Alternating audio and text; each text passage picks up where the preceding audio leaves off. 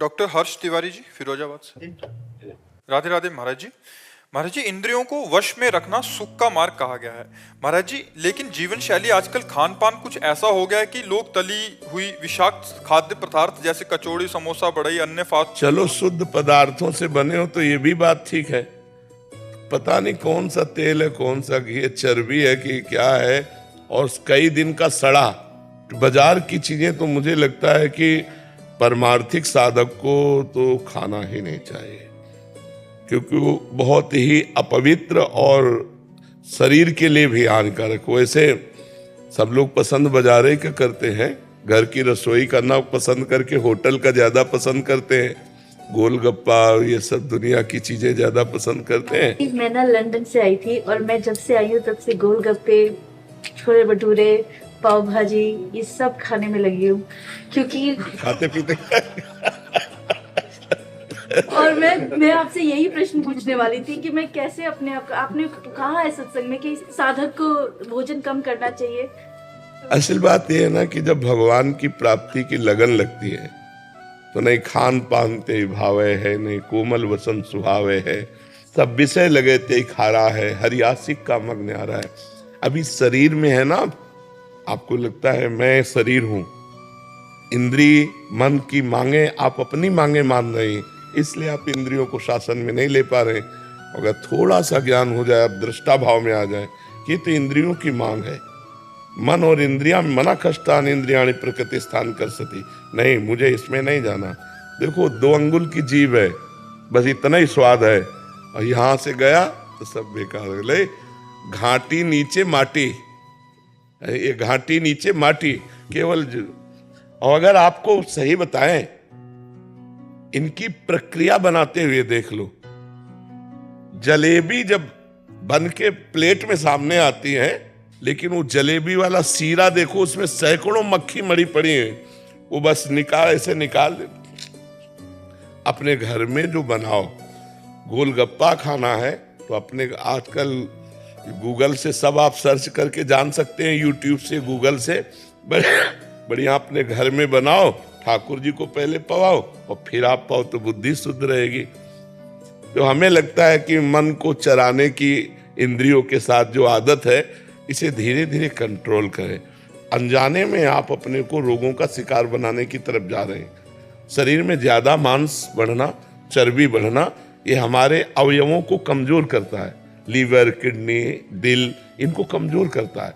तो हमें तो आपसे प्रार्थना है कि 30-40 मिनट व्यायाम कीजिए, 20 मिनट प्राणायाम कीजिए, और ये सब बाहरी चीजें छोड़िए और सात्विक भोजन कीजिए। तो अभी आपका शरीर जो है ना, वो परमार्थ और स्वार्थ लायक हो जाए।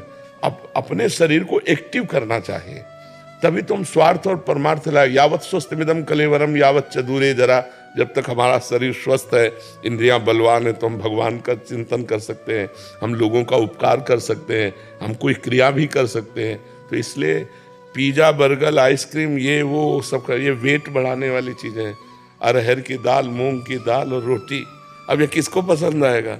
हर की तुरंत बना के दाल ठाकुर जी को भोग लगा के पाओ तो वो स्वादिष्ट है कि वो स्वादिष्ट है।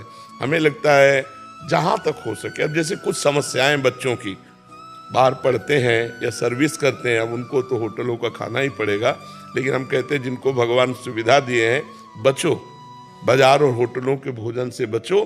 पहली बात अपवित्र, और दूसरी बात स्वास्थ्य हानिकारक है, स्वास्थ्य के लिए पक्का हानिकारक है। तुरंत तुम्हारे लिए आटा लगा के नहीं बनता, वो कई कई दिन का आटा जमा होता है लगा हुआ। तुरंत आपको भोजन मिलेगा तो तुरंत आटा थोड़ी लगाया है, तुरंत दाल थोड़ी उबाली, कब का है। आप बासी खाना पसंद करेंगे तो तमोगुण बढ़ जाएगा, भजन में वृत्ति नहीं रहेगी। तो भोजन सुधार तो भजन सुधार हो जाएगा, भोजन सुधार तो हमारे कर्तव्यों का पालन करने की क्षमता आ जाएगी। और ये आप कहते हैं जो बना रहा है उसके विचारों का भी बहुत प्रभाव पड़ता है, बहुत प्रभाव पड़ता है। वो गलत विचारों का तो वही प्रभाव। बिल्कुल, जब आप भोजन पाएंगे तो आपके अंदर गलत चिंतन चलने लगेगा। देखो जैसे कुआं है ना, कुआं का जल हमारे लिए जो पौष्टिक परमाणु चाहिए, जीवाणु चाहिए, वो मिलते थे। कुआं का पानी अब तो गया कुआं। देखो कलयुग का कैसा प्रभाव, मटके से भी, मटके में पानी डाल दो तो वो भी शुद्ध हो जाता है। हाँ शुद्ध हो जाता है, क्योंकि रज में ऐसी क्षमता। जल का दोहन भी बहुत लोग कर रहे हैं, बर्बाद कर रहे हैं, तो इसके लिए लताएं कटने के कारण जो वर्षा का अधिक हमको चाहिए पानी, वो नहीं मिल पा रहा है। अगर लताएं हमारे वृक्ष लगे ना, वृक्षारोपण हो, तो कार्बन डाइऑक्साइड नष्ट हो, ऑक्सीजन हमको अधिक से अधिक मिले, और उससे वायुमंडल भी शुद्ध होता है और बादल भी बनते हैं, जिससे वर्षा होती है। जहाँ वृक्ष अधिक होंगे वहाँ वर्षा अधिक होगी। जैसे कई ऐसे वृक्ष वाले स्थान हैं जहाँ बहुत अधिक वर्षा होती है, और अब वृक्ष लोग काट डाले। पहले तो कलयुग का प्रभाव, जो आम के बड़े बड़े पेड़ होते थे, वो सब बड़े बड़े पेड़ तो सूख गए, और ये वर्ण संकर आम चले।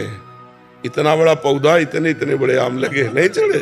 अब ऐसे वर्ण संकर चले, जैसे विशाल वट वृक्ष है, विशाल पीपल का वृक्ष है, आम का वृक्ष है, नीम का वृक्ष है। ये हमारे प्रकृति के लिए बहुत आवश्यक है।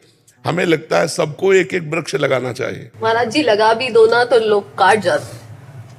अपनी जगह में लगाओ तो लोग क्यों काटेंगे आगे? अपने आंगन में लगा, अपने घर में लगा सकते हैं।